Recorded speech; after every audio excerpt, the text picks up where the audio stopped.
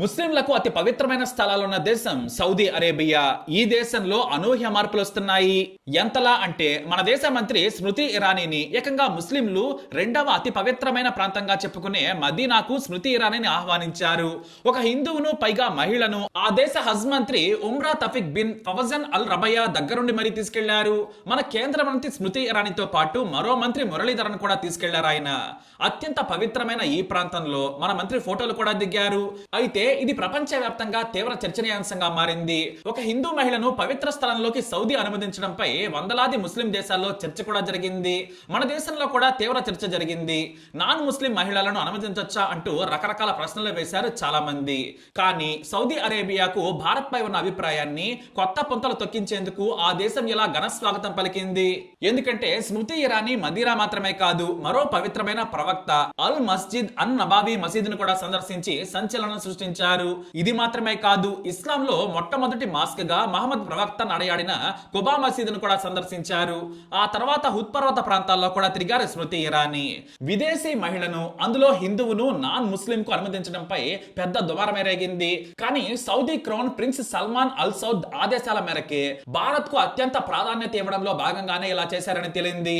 స్మృతి ఇరానీ మరో పవిత్రమైన స్థలమైన జడ్డాలోని అల్ బలద్ ను కూడా సందర్శించారు. అయితే భారత్ కు సౌదీ ఎనలేని ప్రాముఖ్యత ఇస్తోంది. భవిష్యత్తు వైపు నూతనంగా అడుగులు వేయాలని సౌదీ యువరాజు భావించారు. అందుకే ఈ ఏడాది నుంచి విజన్ 2030లో భాగంగా హిందూ పురాణాలైన రామాయణం, మహాభారతం, కర్మ, బుద్ధిజంతో పాటు మన సంస్కృతిని, సంప్రదాయాలను కూడా సోషల్ స్టడీస్ లో మతాలు, ధర్మం భాగంలో పొందుపరిచింది సౌదీ. అక్కడి బడుల్లో ఈ పాఠాలను పిల్లలకు బోధిస్తున్నారు. సింధు నాగరికత నుంచి రాముడి యొక్క సుగుణాలు, మహాభారతంలోని పిల్లలకు ఉపయోగపడే కృష్ణుడి గీత బోధన, ఇలా ఎన్నో పాఠాలను తరగతుల వారీగా సిలబస్ లో పొందుపరిచారు. ఇవన్నీ ఇప్పుడు అక్కడి పిల్లలకు స్కూల్లో బోధిస్తారు. ఒకప్పుడు హిందూ ఇతిహాసాలను కేవలం మతపరంగానే చూసేవారు సౌదీ రాజులు. కానీ crown prince Mohammed bin Salman మాత్రం ప్రపంచ సంస్కృతి, సంప్రదాయాలు, జీవితంలో మార్పులు తీసుకొచ్చే గొప్ప ఇతిహాస కథలను చిన్నప్పటి నుంచే నేర్పించాలని, వాటిని మతం కోణంలో చూడొద్దని తెలియజేశారు. దీంతో ఇప్పుడు సౌదీ పాఠశాలల్లో కృష్ణుడి గీత నుంచి రాముడి నీతివంతమైన కావ్యం కూడా బోధిస్తున్నారు. భవిష్యత్తులో హిందూ సంస్కృతిలోని గొప్పతనం తెలిసేలా చేయడంలో భాగంగానే ఆ దేశం ఎడ్యుకేషన్ కరికులంలో చేర్చింది. అంతేకాదు, మంచితనం, ఓపిక, జీవితంలో ఎదిగే సమయంలో వచ్చే మార్పులను స్వీకరించడమే కాదు, సవాళ్లను ఎదుర్కొనేలా హిందూ దేవుళ్ళు ఏం చేశారు, ఎందుకంత పవిత్రంగా వారు చూసుకుంటున్నారనే దానిపై భవిష్యత్తు తరాలకు తెలియజేయడమే వారి లక్ష్యం. అందుకే రామాయణం, మహాభారతం, కర్మ సిద్ధాంతం, బుద్ధిజం బోధిస్తున్నారు. ఈసారి హజ్ యాత్రకు దాదాపుగా 1,75,000 మందిని భారత్ నుంచి అనుమతించనున్నారు. ఈ మేరకు రెండు దేశాల మధ్య ఒప్పందం కూడా కుదిరింది. ఆ ఒప్పందం కోసమే స్మృతి ఇరానీ ఆ దేశంలో పర్యటించారు.